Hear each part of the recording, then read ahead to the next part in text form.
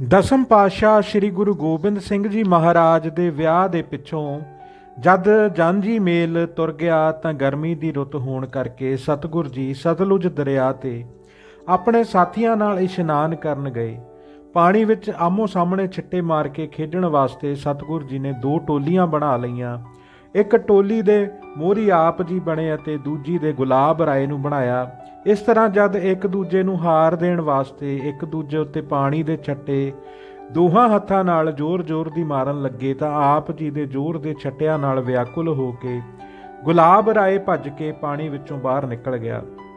ਬਾਹਰ ਦਰੀ ਉੱਤੇ ਜਿੱਥੇ ਸਾਰਿਆਂ ਨੇ ਕੱਪੜੇ ਉਤਾਰ ਕੇ ਰੱਖੇ ਹੋਏ ਸਨ, ਉੱਥੋਂ ਗੁਲਾਬ ਰਾਏ, ਜਿਸ ਦੀਆਂ ਅੱਖਾਂ ਪਾਣੀ ਦੀ ਮਾਰ ਨਾਲ ਚੁੰਧਿਆ ਗਈਆਂ ਸਨ, ਕਾਲੀ ਨਾਲ ਆਪਣੀ ਪੱਗ ਦੇ ਭੁਲੇਖੇ ਸਤਿਗੁਰ ਜੀ ਦੀ ਪੱਗ ਸਿਰ ਤੇ ਰੱਖ ਕੇ ਭੱਜ ਉੱਠਿਆ।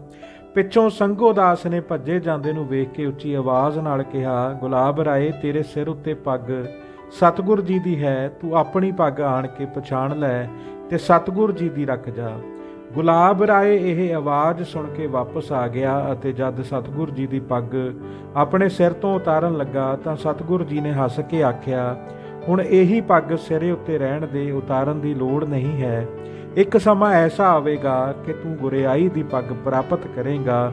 ਹੁਣ ਇਹ ਪੱਗ ਤੇਰੇ ਹੀ ਯੋਗ ਹੈ, ਇਹ ਕਿਸੇ ਸਮੇਂ ਤੈਨੂੰ ਉੱਚੀ ਪਦਵੀ ਦੇਵੇਗੀ।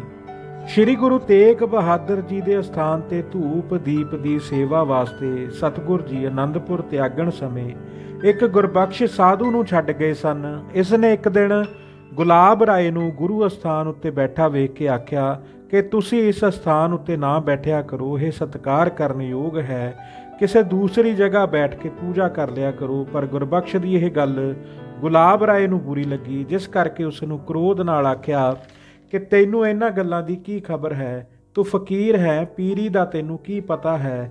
ਗੁਲਾਬ ਰਾਏ ਦੀ ਇਸ ਤਰਕ ਨਾਲ ਗੁਰਬਖਸ਼ ਨੂੰ ਗੁੱਸਾ ਆ ਗਿਆ। ਉਸ ਨੇ ਕਿਹਾ, ਤੂੰ ਸੰਤਾਨਹੀਨ ਹੀ ਕੁਝ ਦਿਨਾਂ ਵਿੱਚ ਚਲਿਆ ਜਾਏਗਾ, ਪਿੱਛੇ ਤੇਰੇ ਕੁਝ ਨਹੀਂ ਰਹੇਗਾ। ਸੋ ਐਸਾ ਹੀ ਹੋਇਆ। ਗੁਲਾਬ ਰਾਏ ਸੰਤਾਨਹੀਨ ਹੀ ਇਸ ਸੰਸਾਰ ਤੋਂ ਚਲਿਆ ਗਿਆ। ਅਨੰਦਪੁਰ ਆਪਣਾ ਵਾਰਸ ਕੋਈ ਨਾ ਛੱਡ ਕੇ ਗਿਆ। ਹੁਣ ਅਨੰਦਪੁਰ ਵਿੱਚ ਸਤਿਗੁਰ ਜੀ ਦੇ ਰੋਜ਼ ਦੀਵਾਨ ਲੱਗਦੇ ਸਨ। ਮਨੋਕਾਮਨਾ ਦੇ ਅਭਿਲਾਖੀ ਆਉਂਦੇ, ਦਰਸ਼ਨ ਕਰਦੇ, ਉਪਦੇਸ਼ ਸੁਣਦੇ ਅਤੇ ਆਪਣਾ ਜੀਵਨ ਸਫਲਾ ਕਰਦੇ ਸਨ।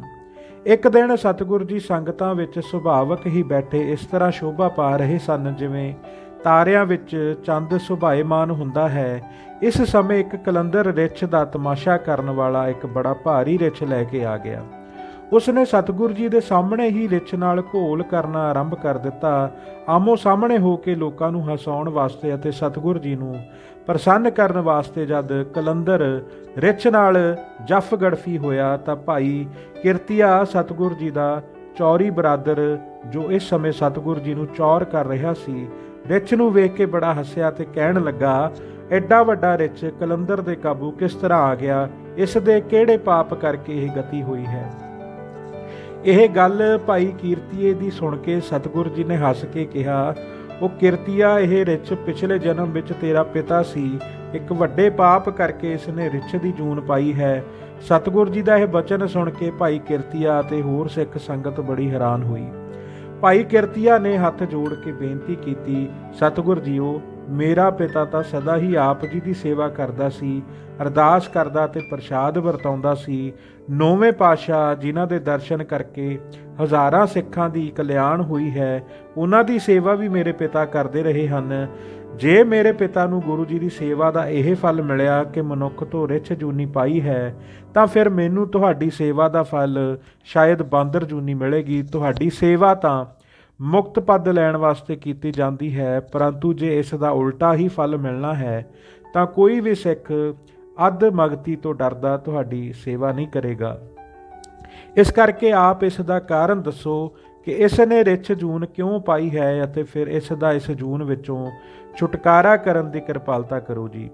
ਸਤਿਗੁਰ ਜੀ ਨੇ ਫਰਮਾਇਆ, ਸੁਣ ਭਾਈ ਕਿਰਤੀਆ, ਤੇਰੇ ਪਿਤਾ ਨੇ ਇਸ ਕਾਰਨ ਇਹ ਜੂਨੀ ਪਾਈ ਹੈ ਕਿ ਇੱਕ ਦਿਨ ਸਤਿਗੁਰ ਜੀ ਦੀ ਹਜ਼ੂਰੀ ਵਿੱਚ ਜਿਸ ਸਮੇਂ ਤੇਰਾ ਪਿਤਾ ਸੰਗਤ ਵਿੱਚ ਕੜਾਹ ਪ੍ਰਸ਼ਾਦ ਵਰਤਾ ਰਿਹਾ ਸੀ, ਉਸ ਸਮੇਂ ਕੋਈ ਇੱਕ ਸਿੱਖ ਗੁੜ ਦਾ ਗੱਡਾ ਲੱਦ ਕੇ ਉੱਥੋਂ ਲੰਘ ਰਿਹਾ ਸੀ।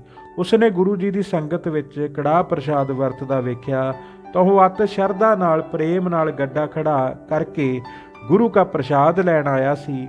ਛੇਤੀ ਪ੍ਰਸ਼ਾਦ ਲੈਣ ਵਾਸਤੇ ਉਹ ਸਿੱਖ ਦੋਵੇਂ ਹੱਥ ਕਰਕੇ ਤੇਰੇ ਪਿਤਾ ਦੇ ਸਾਹਮਣੇ ਹੋਇਆ। ਸਿੱਖ ਦੇ ਮੂੰਹ ਤੇ ਦਾੜੀ ਉੱਤੇ ਰਸਤੇ ਦੀ ਬਹੁਤ ਧੂੜ ਪਈ ਹੋਈ ਸੀ। ਤੇਰੇ ਪਿਤਾ ਨੇ ਉਸ ਨੂੰ ਘ੍ਰਿਣਾ ਨਾਲ ਵੇਖ ਕੇ ਉਸ ਦੇ ਹੱਥਾਂ ਤੇ ਪ੍ਰਸ਼ਾਦ ਨਾ ਰੱਖਿਆ, ਹੋਰ ਪਾਸੇ ਵਰਤਾਉਂਦਾ ਰਿਹਾ।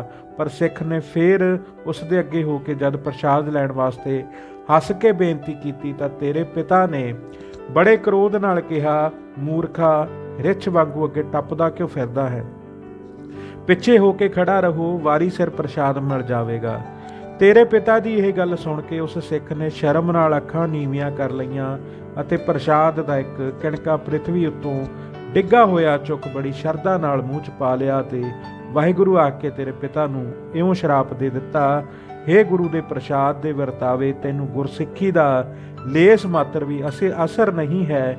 ਤੂੰ ਗੁਰੂ ਦਾ ਪ੍ਰਸ਼ਾਦ ਲੈਣ ਆਏ ਇੱਕ ਸਿੱਖ ਨੂੰ ਰਿੱਛ ਆਖਿਆ ਹੈ, ਇਸ ਕਰਕੇ ਤੈਨੂੰ ਰਿੱਛ ਜੂਨੀ ਹੀ ਪ੍ਰਾਪਤ ਹੋਵੇਗੀ। ਸਿੱਖ ਦੇ ਇਸ ਸ਼ਰਾਪ ਉਪਰੰਤ ਜਦ ਆਪਣੀ ਆਯੂ ਬਤੀਤ ਕਰਕੇ ਤੇਰੇ ਪਿਤਾ ਨੇ ਮਨੁੱਖੀ ਸਰੀਰ ਛੱਡਿਆ ਤਾਂ ਉਸ ਨੂੰ ਰਿੱਛ ਜੂਨੀ ਪ੍ਰਾਪਤ ਹੋਈ।